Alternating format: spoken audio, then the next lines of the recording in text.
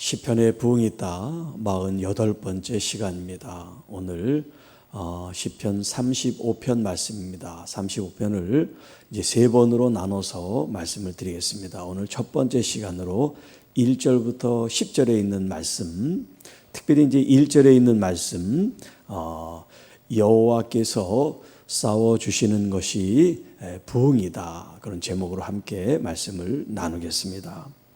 자, 1절 말씀. 여호와여, 나와 다투는 자와 다투시고 나와 싸우는 자와 싸우소서. 지금 이 다윗이 그 대적들의 공격과 위험 속에 지금 노출이 되어 있는 거죠. 그런 상태에서 그가 싸우지 않고 여호와께 싸움을 의뢰하고 있는 말씀입니다. 자, 요 1절은 제가 이제 마지막 부분에 자세하게 다루도록 합니다. 2절. 방패와 손방패를 잡으시고 일어나 나를 도우소서. 마치 하나님이 무슨 전쟁에 도구가 필요한 것처럼 이렇게 묘사를 하고 있는데, 어제도 말씀드렸지만 하나님이 눈이 있고 귀가 있어서 이렇게 표현하는 것이 아니라 좀 더 사실적으로 우리가 세세하게 느끼도록 표현했다고 하는 것처럼, 하나님이 정말 싸우시는데 무슨 방패와 손방패를 가지고 싸우시겠어요? 그런데 마치 사람이 그렇게 싸우는 것처럼 하나님께서 그런 실제적인 그런 도구를 가지고, 무기를 가지고 이제 싸우는 것 같은 표현을 한 거라는 점 우리가 이제 이해하면서 말씀을 보면 좋을 것 같아요. 자, 하나님이 방패와 손방패를 잡으시고, 자, 이 방패와 손방패라는 것은 한 사람이 두 개를 가질 수가 없죠. 왜냐하면 보통 이제 전쟁에 임하는 군인들은 방어용 무기와 공격용 무기를 같이 가지고 있어야지, 방패도가 있고 손방패도 있고 그러면 뭐 어떻게 공격을 합니까? 막기만 하죠. 그러니까 이 말은 뭐냐면, 이제 군인 중에서 어떤 사람은 간단한 자기를 보호할 수 있는 손방패를 가지고 또 이 창이나 칼을 가지고 싸우는 그런 병사가 있는 반면에, 어떤 병사는 아주 큰 방패만 가지고 자기 뒤에 있는 자기 아군을 보호하는 그런 역할을 하는 군인이 있는 거예요. 그러니까 여기 지금 이 방패라는 것은 화살이 집중적으로 공격할 때 전진하는 그런 이제 전략을 구사할 때는 큰 방패를 여러 사람들이 이렇게 막들이 이렇게 벽처럼 쌓듯이 해서 앞으로 이렇게 진격하는 그런 장면이란 말이에요. 그러니까 하나님께서 마치 공격이 들어오면 그런 방패로 마치 벽이 되고 담이 되시는 것처럼 하나님이 하시고, 또 가서 이제 적진을 무르칠 때는 그런 손방패와 또 칼을 가지고 창을 가지고 싸우시듯이 그렇게 대적들을 물리쳐 달라는 그런 이제 표현입니다. 자, 그래서 일어나 나를 도우소서. 일어난다는 것은 쿰이죠. 쿰, 일어나라. 소녀의 일어나는 것처럼 쿰. 하나님께서 직접 전쟁에 임하시는 그런 묘사를 여기 쿰이라는 단어를 쓰고 있어요. 그래서 그 전에 시편에서도 하나님 일어나소서, 우리를 도우소서, 그런 시편 말씀들이 있었죠. 자, 일어나 나를 도우소서. 지금 이 다윗이 얼마나 위기 가운데 있는지를 알 수 있겠죠. 지금 전쟁을 치르는 이 적들 앞에 하나님, 저는 풍전등화 같이 곧 소멸된 꺼져가는 불처럼 아무런 힘이 없습니다. 하나님께서 친히 보호하시고 방어하시고 일어나 도와주셔야 제가 살 수가 있습니다. 그런 간절함이 묻어있는 그런 찬양시라고 할 수가 있습니다. 자, 3절. 창을 빼사. 아까 이제 손방패에 창이나 칼을 쥔다 그랬죠. 이제 창을 빼사 나를 쫓는 자의 길을 막으소서. 하나님께서 다윗을 보호하는데 그냥 조금 이렇게 두리뭉실 말하는 것이 아니라 아주 구체적으로 구체화시켜서 지금 다윗이 어떤 도움이 필요한지를 이렇게 묘사하고 있습니다. 나를 쫓는 자들의 길을 막으소서. 지금 나에게 공격하는 그 사람의 방향을 아시고 그 길을 차단해 달라는 거죠. 왜냐하면 곧 내가 잡힐 것 같고 내가 죽을 것 같으니까요. 그걸 막아주셔야지. 그런 표현을 하고 있습니다. 또 내 영혼에게 나는 내 구원이라 말씀하소서.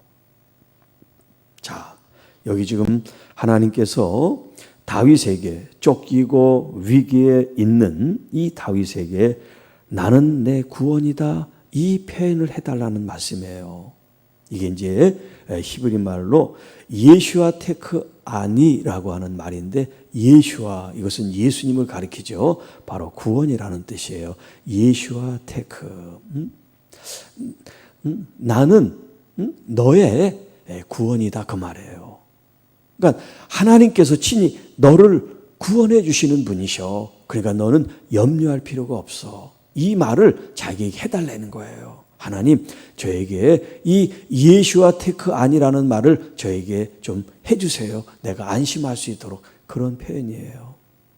자, 이 말은 실질적으로 이스라엘 백성들이 전쟁을 하게 될 때 제사장들이 함께 갑니다. 그래서 제사장들이 전쟁에 이제 임박하고 또 전쟁을 이제 해야 될 그 전에 이스라엘 백성들, 군인들을 모아놓고 이 말씀을 선포합니다. 예슈아 테크 아니 나는 너의 구원이다. 하나님의 대언자, 이 제사장이 하나님처럼 그들에게 지금 약속을 하는 거예요. 내가 너희들의 구원이니까 이 전쟁을 너희들은 승리할 것이니 염려하지 말고 안심하고 나가 싸워라. 그런 마음에 안심을 주기 위해서 제사장들이 이 말씀을 선포했다 그래요. 자, 그러니까 이 다윗도 지금 제사장이 자기한테 지금 들려주고 할 시간이 없어요. 너무나 지금 위급하니까 하나님이 저에게 직접 말씀해 주세요. 예슈아 테크 아니라고 나는 너의 구원이다. 지금 나에게 말씀하옵소서. 여러분, 우리는 다 지금 이걸 경험한 사람이에요. 예수 그리스도가 우리의 예수와 구원자가 아닙니까? 그러니까 여러분 어려울 때마다 위기 때마다 하나님 아버지 안에서 이미 구원을 얻으신 여러분 예수와 테크 아니 하나님은 나의 구원이셔. 그런 믿음으로 여러분 이 땅의 어떤 위험이나 상황에 대해서 어려워하지 마시고 주님이 주신 이 구원을 능히 승리로 여러분이 쟁취하시기를 축복합니다. 자, 그래서 이제 여기 구원 예슈아라고 하는 것은 이제 구원한다라고 하는 의미에는 여러 의미가 있어요. 우리를 어떤 구렁텅이 같은 이런 함정, 이런 어떤 빠져 있는 것으로부터 우리를 건져내신다 하는 표현도 있고, 또 우리가 어떤 것에 묶여 있고 갇혀 있을 때 우리를 해방, 자유케 한다는 그런 말씀도 있고, 또 어떤 질병에서 우리를 치료한다 하는 그런 의미도 있고요. 또 우리를 본래 모습으로 회복한다. 이게 이제 구원이라는 예슈아라고 하는 이 개념 속에 다 내포가 되어 있습니다. 자, 그 다음에 이제 4절. 내 생명을 찾는 자들이 부끄러워 수치를 당하게 하소서. 자, 이 표현은 뭐냐면 그동안 다윗이 그런 수치를 당했어요. 그런 모욕을 당했어요. 오죽하면 미친 사람처럼 그렇게 행세를 했겠어요. 정신이 바른데도 자기가 살기 위해서 처세를 하는 방편이 미친 방법이라는 게 얼마나 수치스럽고 모욕스럽고 정말 굴욕적입니까? 그런데 다윗은 그런 수치와 굴욕을 경험했단 말이에요. 이제 하나님 거꾸로 내 생명을 찾는 자들이 그런 수치와 모욕을 당하게 해 주십시오. 그리고 나를 죽이려고 나를 해치려고 하는 이 사람들이 이제 낭패를 당해서 결국 그들이 꼬꾸라져 넘어지게 하옵소서. 자, 여기 이제 낭패를 당한다 하는 이 말은, 자, 여기 앞에 있는 상해하려고 해치려고 하는 사람들, 여기 뭐 한다 하는 게 이제 뭔가 궁리하는 거예요. 궁리하는데 좋은 쪽으로 선한 쪽으로 생각하고 궁리하고 몰두하면 얼마나 좋아요. 그런데 남을 해치는데 궁리하는 거예요. 어떻게 하면 저 사람을 더 곤경에 빠뜨릴까? 어떻게 하면 저 사람을 더 모욕할까? 어떻게 하면 저 사람을 더 망하게 할까? 이 악한 생각. 그래서 하나님께서 물로 심판하셨다는 말씀이 나오잖아요. 생각하는 게 악하다는 거죠. 그런데 여기 지금 다윗이 기도하는 것은 그들이 궁리하고 계략하고 모략하는 이게 결국 자기에게로 돌아가게 달라는 거예요. 자기에게. 이게 이제 8절에 나옵니다. 그때 또 자세히 얘기하죠. 자, 5절. 그들을 바람 앞에 겨와 같게 하시고 여호와의 천사가 그들을 몰아내게 하소서. 자, 여기 이제 바람은 성령, 영이라는 그런 루아흐를 쓰는데 이것은 호흡, 하는 숨, 이런 바람 여러 의미로 쓸 수가 있는 단어예요. 루아흐라는 이 단어가. 자, 바람 앞에 저들이 겨와 같다. 이 말이 뭐예요?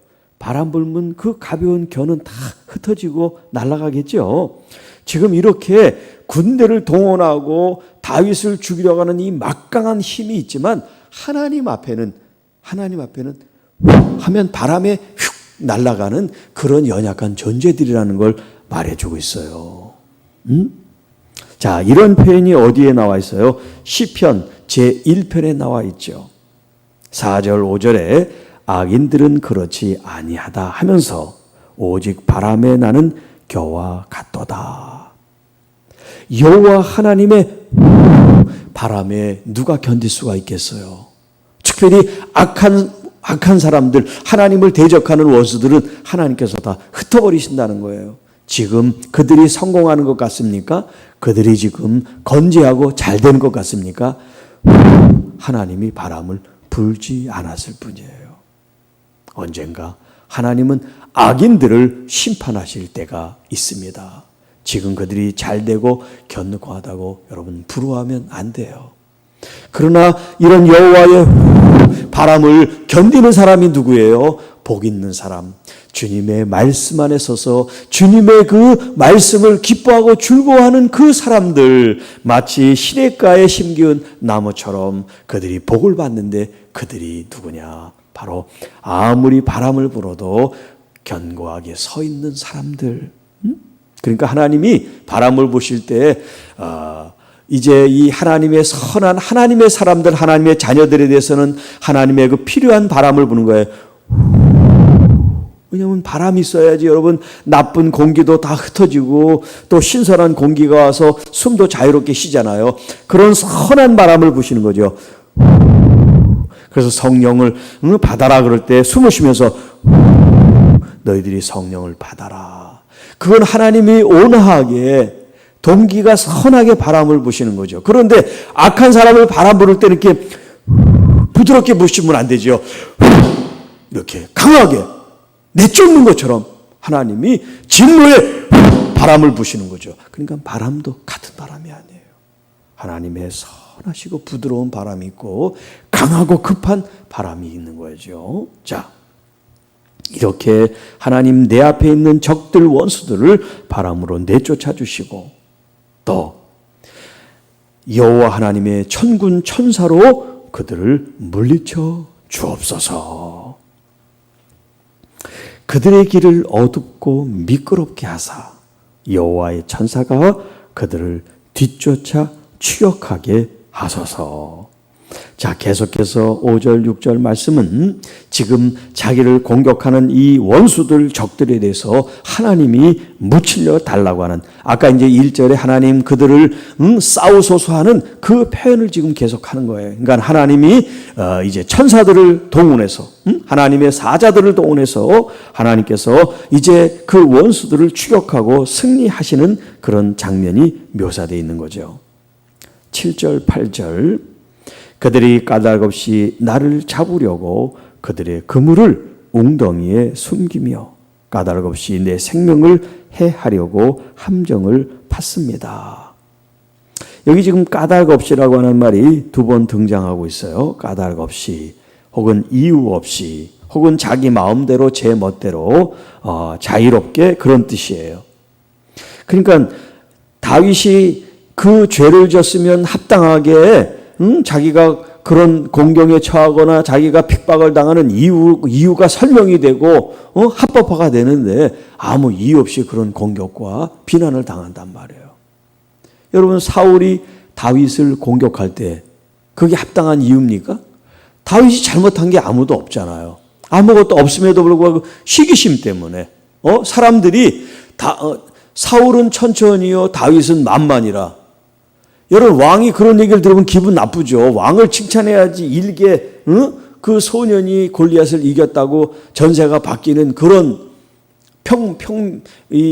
명성이 말이죠.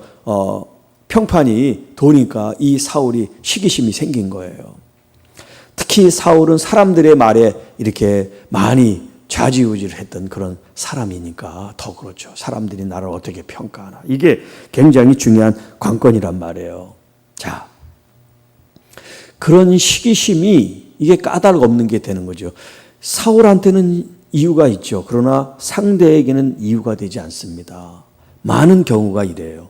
많은 경우가 상대방을 비난하고 상대방을 이렇게 혹평하는 게 뭐냐면 그 사람이 정말 잘못해서가 아니라 자기 마음에 어떤 그런 의견들, 생각들이 다르기 때문에 이런 일들을 하고 있죠. 자, 그래서 그들이 그물을 쳐놓고 웅덩이를 이렇게 숨기고 그물을 쳐놓고 잡으려고 한단 말이에요.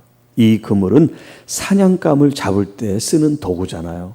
그런데 마치 다윗이 사냥감이 돼버린 거예요. 사람들한테. 얼마나 비참하고 수치스럽고 이게 잔인하고 모욕적인 그런 비인간적인 방법입니까? 이렇게 자기 생명을 해하려고 함정을 파고 기다리고 있는 그런 지금 이 원수들에 대한 묘사를 하고 있습니다. 자, 그들이 그렇게 계략을 꾸미고 함정을 파고 그물을 놓더라도 그 다음 8절 하나님 순식간에 그들이 예기치 못한 순간에 하나님 멸망이 그들에게 들이닥치게 해주십시오. 그들이 아주 치밀하게 나를 잡기 위해서 이런 준비를 하고 있는지는 모르지만 하나님께서 예기치 않게 그들을 급습하여 주옵소서, 그 말이에요. 그래서 그 멸망을 그들이 경험하게 주옵소서. 자기들이 숨긴 그늘에 자기들이 잡히게 하옵소서. 아까 4절에 그들이 수치를 당하고 낭패를 당하게 해달라는 그런 기도를 하죠. 그 말이 구체적으로 그들이 그물을 가지고 잡으려고 하는데 그 그물에 자기들이 잡히게 주옵소서, 그 말이에요. 그래서 이제 그 한자 성어에 자승자박이라는 말이 있어요. 자승자박. 자기가 스스로 포박이 된다는 거예요. 또 자업자득이라는 말이죠. 자기가 뿌린 대로 거둔다. 자업자득. 자, 이렇게 멸망 중에 그들이 떨어져 아무 효력을 발동하지 못하게 해달라는 기도를 지금 다윗이 하고 있습니다. 9절 10절 내 영혼은 생명을 말하는 거예요. 내 깊은 속사람 내 영혼이 여호와를 즐거워합니다. 이렇게 고난 중에 고통 중에 원수들이 진을 치고 그물을 들이고 그 다음에 그를 함정에 빠뜨리는 이런 위기와 위험 속에 있지만 하나님이 다 정리정돈을 해주셨어요. 하나님이 다 싸워주시고 이기게 주셨어요. 그러니까 다윗이 할 수 있는 일은 뭐냐면 그 하나님을 기뻐하는 거예요. 찬양하는 거예요. 감사하는 거예요. 즐거워하는 거예요. 그의 구원, 여호와의 구원, 예수와 구원을 기뻐하리로다. 자, 그래서 신약 성경에 우리에게 말씀합니다. 범사에 감사하십시오. 그리고 항상 기뻐하십시오. 쉬지 말고 기도하십시오. 항상 기뻐하라는 게 뭐냐면 여러분, 우리가 구원받은 여러분들은 이미 구원의 주님이 우리 안에 계시잖아요. 나를 구원하신 주님이 항상 계신데 그 구원의 주님을 우리가 바라보지 않으면 실망하게 돼요. 즐겁지 않아요. 아프고 힘들고 원망하게 돼요. 그러니까 우리가 내 안에 계신 성령을 통해서 나를 구원하신 주님을 우리가 얼마나 끊임없이 신뢰하고 바라보느냐에 따라서 내가 항상 기뻐할 수 있는 힘이 생기는 거예요. 그래서 주님이 항상 기뻐하라고 얘기한 거예요. 나는 너를 떠난 적이 없다. 나는 너와 함께 있는데 왜 너는 나를 보지 않느냐, 그 말이죠. 여러분, 항상 기뻐하라 이 말이 말이 되지 않고 이 말이 이루어질 수 없는 그런 말을 하는 것이 아니라 우리가 깨어있는 우리의 이 시간 의식 속에 구원의 하나님, 나를 구원하신 예수와 그분을 항상 기억하고 그분을 의지하고 그분을 사모하고 그분을 갈망하게 될 때 우리는 항상 기뻐할 수 있어요. 왜? 주님이 우리의 원수, 대적, 우리의 이 위기, 이런 코로나의 이런 함정이든 위기든 위험이든 하나님이 우리를 구원해 주시기 때문에 그렇습니다. 이 구원의 주님을 여러분 노래하고 찬양하고 경배하기 바랍니다. 내 모든 뼈, 우리가 이제 전 시간에도 뼈에 대한 말씀을 나눴지만 이 뼈라고 하는 것은 우리의 이 신체, 우리의 장기, 우리의 생명을 보호한다 그랬죠. 그래서 이제 우리가 어떤 표현을 씁니까? 뼈에 사무친다, 그런 이제 표현을 쓰잖아요. 이게 뭐냐면 온몸으로 그 고난 고통을 경험했다는 게 그런 표현이잖아요. 뼈에 사무친다. 그러니까 온몸으로 경험되어지는 걸 갖다가 이제 표현하는 거예요. 여기 그런 뜻이죠. 내 모든 뼈가 정말 하나님이 누구시 내가 온전히 경험한 거예요. 막 그냥 너무나 세세하게, 너무나 깊이 간절하게 하나님을 경험한 거예요. 하나님이 정말 이렇게 무시무시하고 대단한 이 원수들을 하나님이 나를 건져 평안하게 하신 걸 내가 몸소 정말 깊이 체험한 거예요. 그 체험을 통해서 어떤 고백이 나오냐면, 야, 이런 구원자가 어디 있나? 이런 세상에 이렇게 나를 돌보고 나를 든든히 지키시는 하나님이 또 어디 있을까? 그런 얘기예요. 그는 가난한 자를 그보다 강한 자들에게서 건지시고 가난하고 궁핍한 자를 노력하는 자에게서 건지시는 이로다. 여러분, 여기 가난한 자, 궁핍한다는 것은 그냥 어떤 경제적으로만이 아니라 경제적이든 영적이든 마음으로든 이렇게 가난하고 궁핍하고 연약함을 얘기하는 거예요. 연약함. 그러니까 힘 있는 사람은 하나님 믿는 게 어려워요. 왜? 힘이 있기 때문에. 그 힘으로 모든 걸 할 수 있다고 생각하기 때문에 하나님이 그렇게 필요하지 않은 거예요. 그러나 아픈 사람, 가난한 사람, 궁핍한 사람, 연약한 사람들은 내가 할 수 없는 부분이 많으면 많을수록 하나님을 간절히 의지하고 찾게 돼 있어요. 여러분이 어려운 위기 상황에 하나님을 더 찾게 됩니까? 좋은 호시절에 하나님을 찾게 됩니까? 저 같은 경우도 정말 죽음과 같은 그런 위기 속에 하나님을 경험하고 그 경험이 크게 경험되어진 것처럼 아프고 힘들 때, 연약할 때 하나님을 더 찾게 된단 말이에요. 그래서 고린도후서 12장에 아주 놀라운 우리에게 소망이 되는 말씀을 주시잖아요. 약할 때가 강함이라. 왜냐하면 우리가 약할 때 주님을 의지하면 여호와 하나님께서 보내주신 예수 그리스도의 능력이 우리 안에 머무른다. 그렇게 표현하고 있어요. 나는 약합니다. 나는 할 수 없습니다. 나는 무능합니다. 나는 초라하고 왜소합니다. 그러나 내가 의지하고 믿는 하나님의 아들 여호와 그리스도의 그 능력은 이 세상 어떤 힘으로도 막을 수 없는 강력한 능력이기 때문에 내가 약합니까? 이제 자랑하세요. 기뻐하세요. 즐거워하세요. 하나님을 찬양하세요. 왜냐하면 그리스도의 능력, 그리스도의 강한 힘이 여러분을 붙잡아 주실 줄 믿습니다. 자, 이런 관점에서 이제 1절로 돌아갑니다. 그리스도의 능력, 하나님의 힘이 우리와 함께 있음을 가지고 1절을 봅니다. 여호와여 나와 다투는 자와 다투시고 나와 싸우는 자와 싸우소서. 참 다윗의 이 시편 말씀 하나하나 정말 제가 이렇게 같이 말씀을 여러분에게 나누지만 저는 이제 미리 준비를 했잖아요. 이걸 다 읽고 또 말씀을 더 깊이 묵상하고 또 다른 책들을 참고하고 그러면서 제가 정말 너무 많은 은혜를 받아요. 다윗은 정말 어떻게 이런 표현을 썼을까? 하나님께서 어떤 이렇게 감동을 주셔서 이런 표현을 썼을까 하는 그런 대목들이 참 많아요. 그 중에 하나가 바로 나와 다투는 자와 나와 싸우는 자. 그냥 하나님 나를 좀 도와주세요 이렇게 표현할 수도 있잖아요. 하나님 내가 좀 힘들어요 나를 도와주세요 이렇게 보통이 좀 이렇게 뭉뚱그려 이렇게 좀 포괄적으로 이렇게 표현할 수가 있잖아요. 그런데 다윗의 이 시편은 굉장히 구체적이에요. 하나님 손에 방패를 드시고 손방패를 드시고 창을 드시고 하나님의 눈과 귀와 이렇게 기도는 이렇게 구체적으로 드리는구나. 그런 걸 또 배울 수가 있잖아요. 자, 얼마나 현실적인 기도를 하고 있는지 몰라요. 나와 다투는 사람, 나를 지금 못 잡아먹어서 안다라는 저 사람을 하나님 대적해 주세요. 저 사람을 하나님 공격해 주세요. 저 사람을 향해서 하나님 싸움해 주세요. 이 말이에요.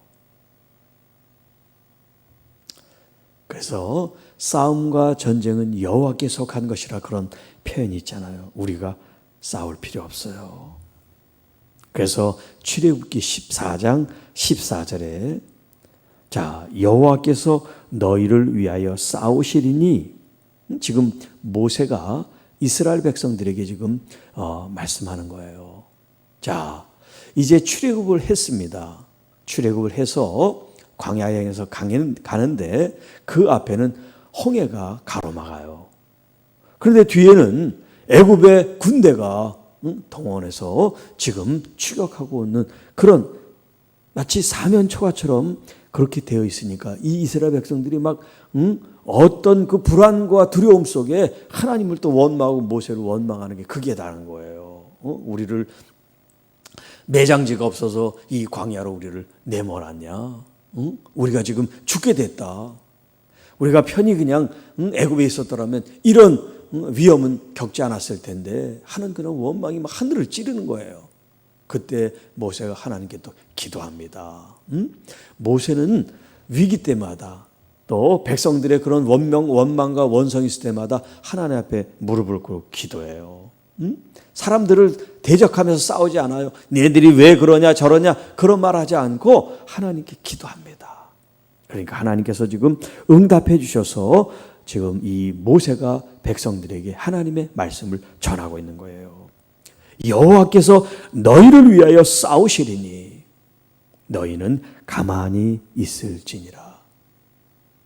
여러분 홍해를 무슨 수로 건너갈 수가 있습니까? 무장도 돼 있지 않은 이스라엘 백성들이 무장한 이 군인들을 어떻게 상대하겠습니까? 아무것도 할 게 없어요. 그냥 주저앉아서 그냥 죽는 길밖에 없어요.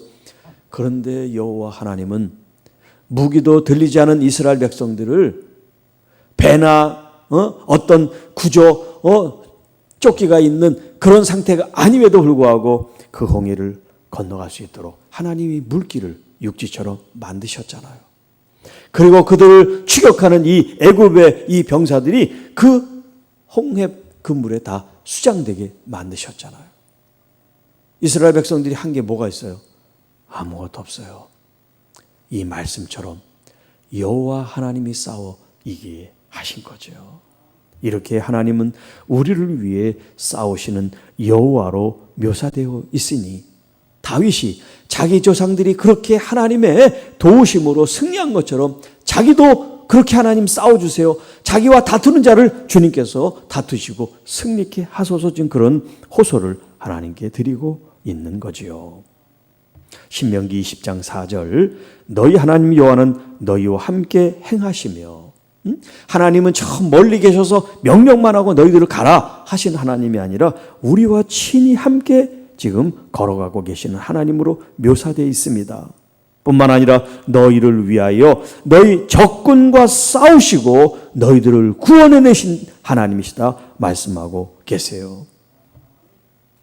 자, 또 역대하 32장 8절에는 유다 땅에 이제 왕으로 있었던 히스기야 왕의 이야기인데요. 그 당시 히스기야 왕 때 아수르라고 하는 강대국이 있었는데 그 강대국이 북이스라엘을 멸망시켰어요.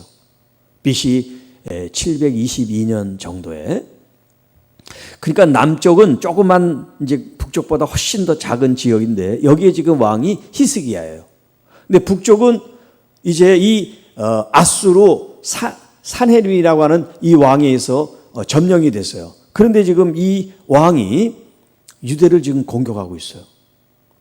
지금 더 큰 이스라엘도 멸망을 당했는데 이 작은 유다는 풍전등과 같은 거예요. 지금 이 나라 전체가. 자, 그때 히스기야가 하나님께 기도하면서 이제 담대함을 얻고 선포한 말이 이 역대하 32장 8절 말씀이에요.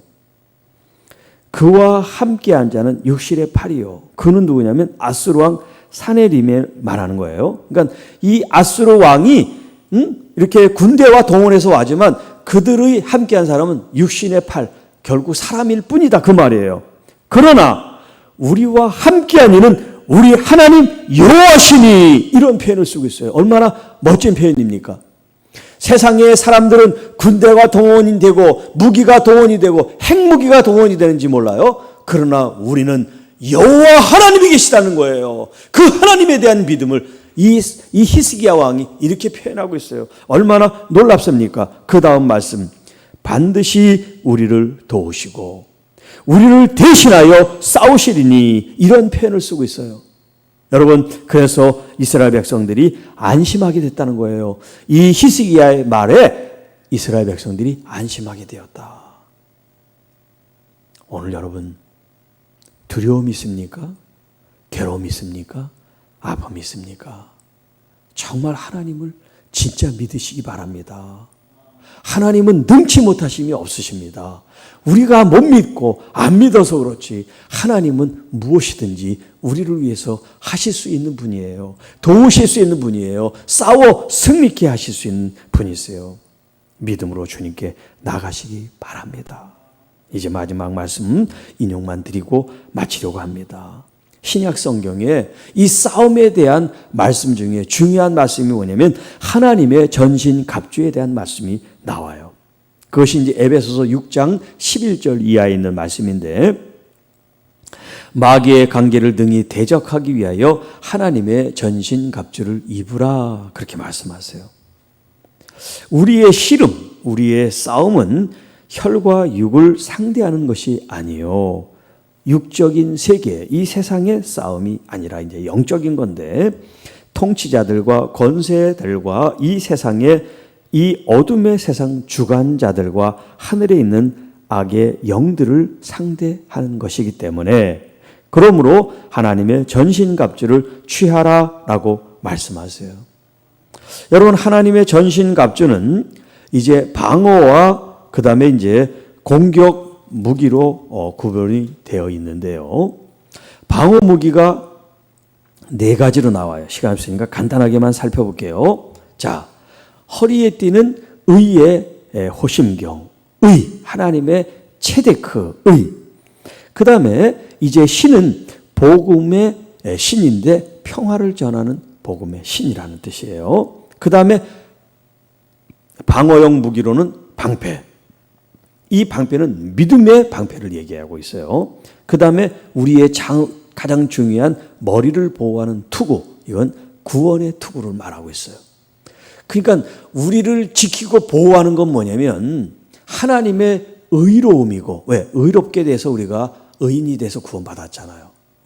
그리고 또 우리가 복음을 위해서 살아갈 때 평화의 복음을 전하지 싸움을 하고 다른 사람을 미워하는 적대적인 마음으로 우리가 살아가면 안 되잖아요. 그러니까 복음은 평화의 복음이에요. 그리고 우리의 이 방패, 우리를 막는 건 뭐냐면 믿음의 방패란 말이에요. 믿음으로. 모든 것을 믿음으로 해석해야 돼요. 믿음으로. 불신앙으로 보면 하나님을 원망하게 되지만 믿음으로 우리가 해석하면 승리와 기쁨이 우리에게 있는 거죠. 그 다음에 이 머리에 투구. 나는 구원받은 사람이에요. 하나님의 구원을 영화롭게 해야 될 사람인 겁니다. 이게 이제 방어용이라면, 자, 그러면 공격용 무기는 뭡니까? 성령의 검이라고 그랬어요. 성령의 검. 하나님의 말씀이 이 영적 세계에서 우리를 이기게 하는 영적 무기가 되는 거죠. 공격용 무기. 이렇게 하나님의 전신갑주를 취하여, 그래서 디모데전서 6장 12절에 믿음의 선한 싸움을 싸워라 이렇게 말씀하고 있어요. 그래서 영생을 취하라. 거룩한 전쟁을 수행하라는 거예요. 거룩한 전쟁. 이 거룩한 전쟁은 거룩함을 위한 전쟁이에요. 거룩함을 위한 전쟁. 그러니까 우리가 지금 믿음 생활을 하고 있는 것을 우리가 성화라고 해요. sanctification, 성화. 그러니까 거룩해지는 그 과정을 지금 우리가 믿음 생활을 하는 건데, 날마다 매 순간마다 내가 어제도 말씀드렸지만 악을 버리고 악을 떠나고 선한 것을 추구하라 그랬죠. 그러니까 이 악을 제거하는 게 뭐냐면 바로 거룩함을 지키는 거죠. 내가 말로 행동으로 생각으로 더러움, 죄를 짓지 않도록 나를 거룩함으로 지키는 거. 그러니까 이 거룩한 전쟁의 첫 번째 대상은 누구냐면 다른 상대방이 아니라 바로 나예요. 내가 정말 하나님 말씀으로 온전히 거룩한 삶을 살아가고 있는가, 나를 점검하고 나를 돌아보는 이런 훈련과 이런 과정을 통해서 내가 더욱 빚어지고 더 단단해지고 더 온전해지게 되는 줄로 믿습니다. 자, 이제 말씀을 마칩니다. 여호와께서 싸워주시는 것이 부흥이다. 이제 여러분, 우리가 싸우려고 그러지 말고 하나님께 맡기시고요. 우리가 싸우는 것은 영적인 싸움이에요. 믿음을 가지고 하나님의 말씀을 가지고 원수를 대하여 예수 그리스도의 이름과 그 보혈을 가지고 우리가 선포하며 나가는 거예요. 그래서 한 길로 왔다 7길로 주랭랑을 친다는 말씀이 있죠. 여러분, 예수님의 보혈로 덮으시기 바랍니다. 그리고 예수님의 그 보혈을 뿌리세요. 그리고 예수님의 이름을 선포하세요. 나의 구원자 예수한테 그 아니 나는 너의 구원이다 하는 하나님의 음성을 여러분이 듭적 들으면서 어떤 상황에서도 두려워하지 말고 겁내지 말고 움츠러들지 말고 주님이 주신 이 말씀으로 오늘도 승리케 하시는 이 부흥을 모두가 누리기를 주님의 이름으로 축복합니다. 기도하겠습니다. 하나님 아버지, 감사합니다. 우리의 삶 가운데 우리의 이 거룩함을 잘 지킬 수 있도록 하나님의 전신갑주를 두르게 하시고, 또 우리의 이 방어용 무기와 공격용 무기를 우리가 적절하게 잘 순간순간 사용하게 하시고, 또 우리 안에서 역사하시는 우리 구주 예수 그리스도를 우리가 더욱 갈망하고 사모하고 또 주님 안에서 호흡하며 주님이 대신 싸워 승리케 하는 이 부흥을 경험하게 하여 주옵소서. 우리는 잠잠히 성령 안에 세미한 음성을 경청하고 그 말씀을 따르게 하여 주옵소서. 우리가 목소리를 높이고 우리가 사나운 어떤 이리태처럼 이빨을 드러내고 싸우지 않게 하시고, 온유와 겸손함으로, 그러나 원수에 대해서는 맹렬하고 치열하게 예수 그리스도의 그 이름과 보혈로 승리하는 하나님의 군사들, 용사들, 전사들, 자녀들이 되게 하여 주옵소서. 우리 구주 예수님의 이름으로 감사하며 축복하며 기도하옵나이다. 아멘.